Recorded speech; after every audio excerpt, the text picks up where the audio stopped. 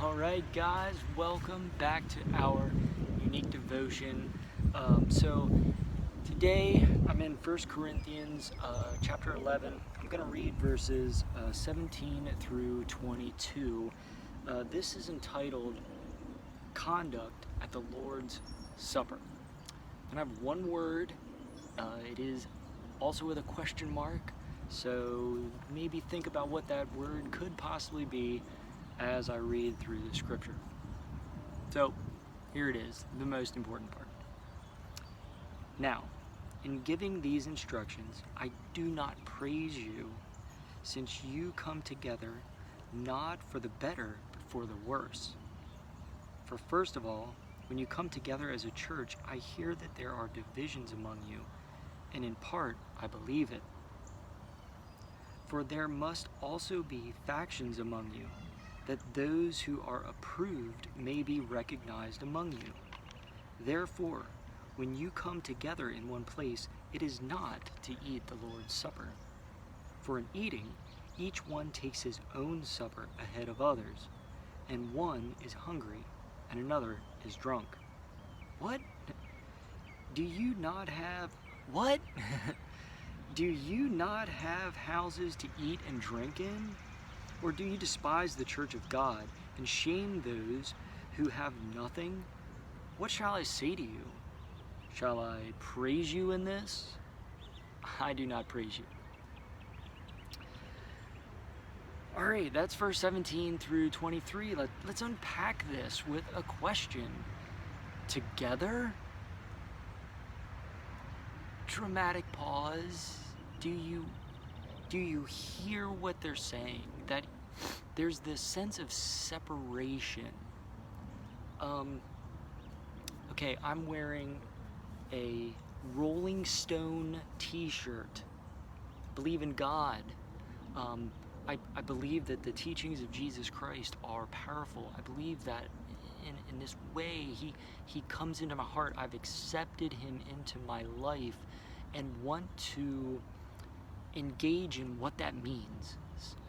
I think a lot of Christians, they think that they know what that means right off the bat, and they're already there, and their life's just going to be perfect. But it's more of you accept something that is more powerful than you really understand, is more of a sign on the dotted line, can't break this kind of thought process, that as soon as you say yes to it, God's going to upend your life. And yes, it's going to turn out better, but first he's got to work through the messiness that you're dealing with and kind of put it in its place for you so that you can learn to be successful in your failures. If you haven't watched yet, I just made a word power video in the beginning of our word power series on sin, and I encourage you to take a moment, put it in your watch later if you don't have time right now, but make sure that you watch that. It's going to just change your life as to how the actual word sin should be portrayed in your life, and what the real meaning of it is from olden day, and how we sort of make it a little different and kind of make it more difficult than it needs to be. So check that video out. If you have questions there, post that in those comments. But as I'm wearing this shirt and I'm talking about God, and you're thinking, well, he's got Rolling Stone, that has nothing to do with God or Jesus, so you're missing, you're separating right there. You're saying that a God follower can't have life around him, can't have the world existing. I tell you what, Rolling Stones exists. They're kind of a fun band to listen to. It gets your toes a tapping in a different way than say a good Christian worship song would get your toes tapping and your arms up in the air praising. A much different feeling and thought process, but there's a bit of separation going on there in your mind. I know you're intelligent. I know you understand where I'm kind of going with that.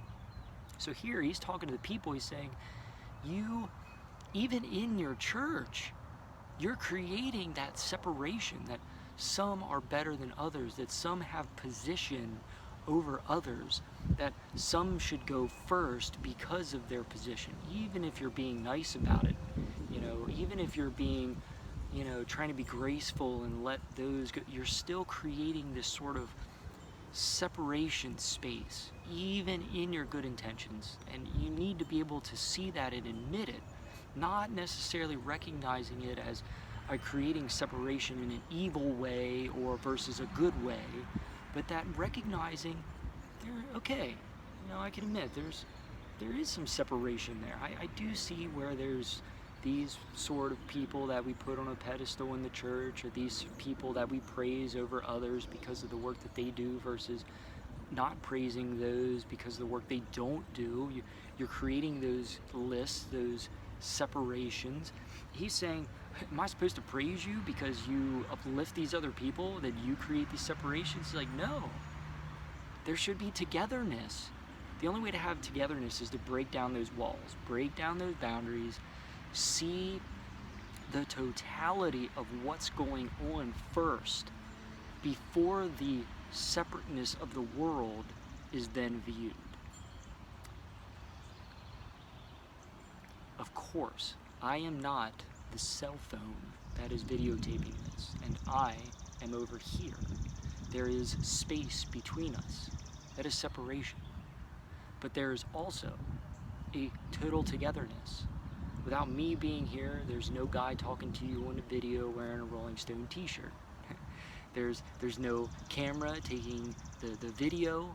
There's no beautiful flowers behind us. There's no beautiful tree hanging above me. There's none of that. None of that. It's all together. This is all one giant shot. And when you are in a church, it should kind of feel the same way.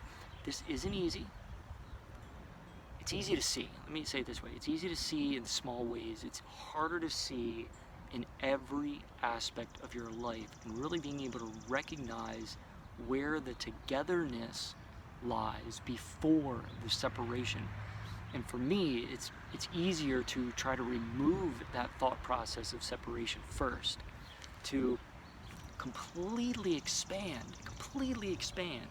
my idea of togetherness, and visualizing as I walk through this life and this reality to see that togetherness, and then say, I see how the world separates, and why there might be that separation, not in separation of good or bad, but just in seeing it for what it is, and then being able to move through that space. That word togetherness can really change your life. When you're at your workplace, how much are you trying to be together with those that frustrate you, with those that are doing good to you? How much togetherness are you trying to create there versus separation? When you're driving in your vehicle to and from work, how much togetherness and separation are you creating there? In your relationships, your personal relationships, your friends, your family, your wife, your husband, your fiance, what kind of things, in small or in big, are you letting in that create separation versus testing out the togetherness? Sometimes we want to create separation because someone's frustrated with us or angry with us, and we want to separate ourselves from that very quickly, so we get angry back or we try to walk away. But what if in that exact moment, that thought, that one word, togetherness, crept in, and you just were like, despite your feelings, despite what's going on internally, you force a way of togetherness instead. And I almost guarantee you the outcome's going to be different. And you're going to go, interesting. So he's kind of talking about togetherness here, and I encourage you to look at that. The last time we talked about all things are from God, so it really incorporates. Remember, I always say that as you're reading through, there aren't separate points. There's that separation. It's all a togetherness thing. There's a big, giant theme going on here. One of those big themes here that's overlapping all the other themes is God is over all and creates that togetherness. we're the ones that create the separateness in order to understand what we see, feel, think in our reality.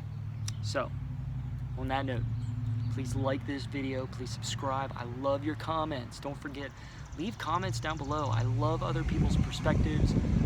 I love the challenge of perspectives, but I also love to hear that other people are working through this stuff just like I am, and really thinking this through and kind of where they're at, and maybe pointing out something that I didn't even think of in that togetherness and separation, therefore creating togetherness.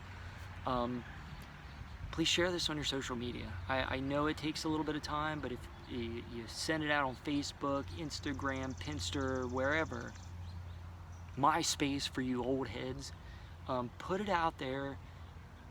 Help us continue to grow this community, to get more perspectives, to bring more togetherness. There's also playlists. I have playlists of music. I've actually recently added a few to, I think, Pump Up Music number 5 playlist. So please feel free to thumb through those, check them out. They're EDM, it's fun, jazzed up, electric dance music. That's just the kind of stuff that I love. And I think if you open your mind, you'd love it too. I think that's really it. Quick plug, the new series, Word Power. I'm going to continue that as often as I can. I'm going to sit and do some research first.